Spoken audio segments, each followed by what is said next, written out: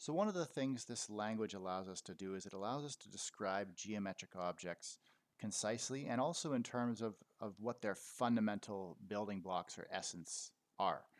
And what I mean by that exactly, it's going to take the majority of the term to make that clear. But for now, let me give you a couple of examples. In particular, we'll look at the special case where we take the span of a single vector. So remember what the span means. If you take the span of a collection of vectors, that just means you want to take the set of all linear combinations of those vectors. Okay, so and what we'll do here is we'll look at just one vector, and we'll keep it simple. We'll look at a two-dimensional vector. So what happens if you take a two-dimensional vector, and we're going to be specific and insist that it be not the zero vector here, because we're actually going to handle the case where it's the zero vector and then in the next question. So that's the setting. We've got a two-dimensional vector that is not the zero vector, and we're going to take a look at what its span is. Well, let's start by just unwinding what the notation means. So let's just write a note here. What does it mean for a vector u? Let's just use the letter u to represent a vector that may or may not be in the span. Well, what would it mean for this vector to be in the span of v? Well, it would have to be a linear combination of the vectors that are in the span. Well, there's only one vector in the span. So a linear combination, if you go back up to look at what it means to be a linear combination here, if you've got some vectors, the idea is you multiply each of those vectors by a scalar, and then you add up the results. Well, what if you only have one vector? Well, then you're going to just have something of this form. You're just going to have that vector multiplied by a scalar. So really, in the case of a single vector, linear combinations are just multiples. Okay? So in our case here, u is going to be in the span of v exactly when it's a multiple of v. So we'll say exactly when u is just equal to some scalar times v. I'm not even going to bother writing c1 times v, because what's the point? If there's only one scalar, I don't need to even bother indexing them. So I'm just going to say exactly when u is equal to cv for some scalar c. So I'm going to just write for some real number c. Okay, well, let's look at the picture. What's that going to look like? I'll try my best to draw it. Here, we're talking about vectors in R2, so we can just get away with just drawing the x, y plane. I'm not going to label the axes here, but let's just draw a sketch of what V might look like. Okay, so let's draw it as an arrow pointing from the origin. But then if I wanted to draw it as a point, I draw it like this, right? So let me label this arrow in red as the vector V, and now let's start considering some multiples of v. Okay, let's start with some easy ones. How about 2 times v? 2 times v would look something like this, right? It would be about in the same direction and about twice as far away from the origin. And then I could also consider 0 times v. Right? 0 times v would just be the 0 vector. Let me label these as I go. So this is going to be 2 times the vector v. This is really 1 times v. This one here, that's 0 times v. And this is not going to be a discrete thing. I can get the points in between as well. For example, this one that's right halfway in between, that would be 1.5 times v, right? Or if I wanted to write it in terms of fractions, which I do, I'm going to write it as 3/2 v, like that. And I could also get points on the other end here. I can get the points down here. This would be about -1 times v. Right, and then I could get similarly, I'll do one more and you kind of get the idea. I could do one more down here. This will be -2 times v. And these are some examples of, these are just some examples. This isn't an exhaustive list of multiples of v, but it gives you some of them. And I don't think I drew them quite straight enough. Let me just I think this would be better if it's right about there. Okay, let's see. We'll find out in a moment how good of a job I did at drawing these straight.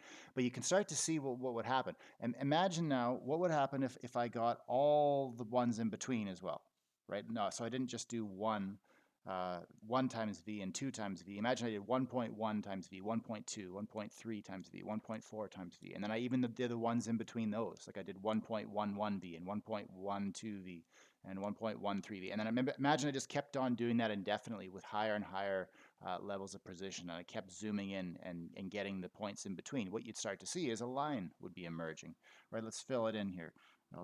Like I said, this is where we're going to see how good of a job I did at drawing the points in a straight manner. Okay, so that's kind of what would happen in this direction. I'm going to cheat and fix the points after I draw the line.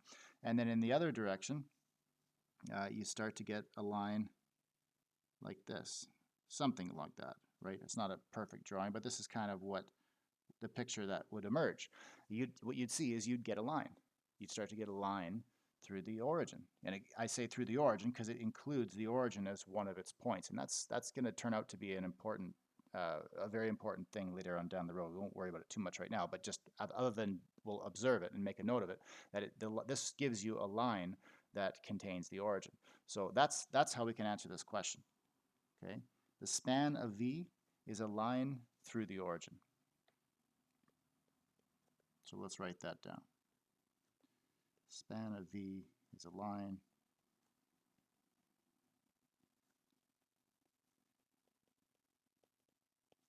and let's summarize this with a box because that's the answer to the question that was asked. Okay, and now let's ask a similar question.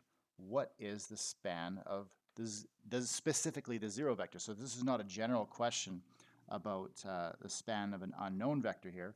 We still have one vector that we're taking the span of, but in this case we know specifically it is the zero vector. So what's going to happen here? Well, let's start by unwinding the notation again. So let's say same thing. Start by just making a note.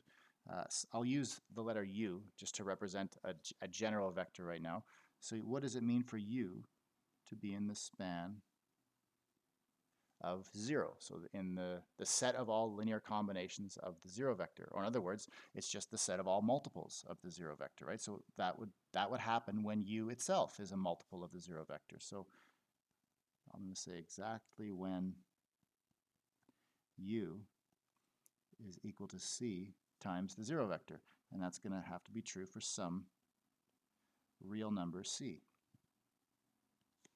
Okay, and because notice that all I'm doing here, this sentence really matches up with this sentence exactly. The only difference is instead of the one that I've got circled now from the previous question, that had an unknown vector V that was assumed to be non-zero, but in this case just replace V with the actual zero vector and you get this statement here. So this is what it means for U to be in the span of 0. Well, wait a minute. Let's take a closer look at this equation here. What would it mean? How would this be true? How could U be equal to some scalar times the zero vector? Remember what a scalar multiplied by the zero vector gives you? If you take the zero vector and multiply it by any scalar, this is one of the properties from a few pages ago, you're always going to get the zero vector. So this is just another way of saying, or let me put it this way, a simpler way of saying this would just be to say U is equal to the zero vector.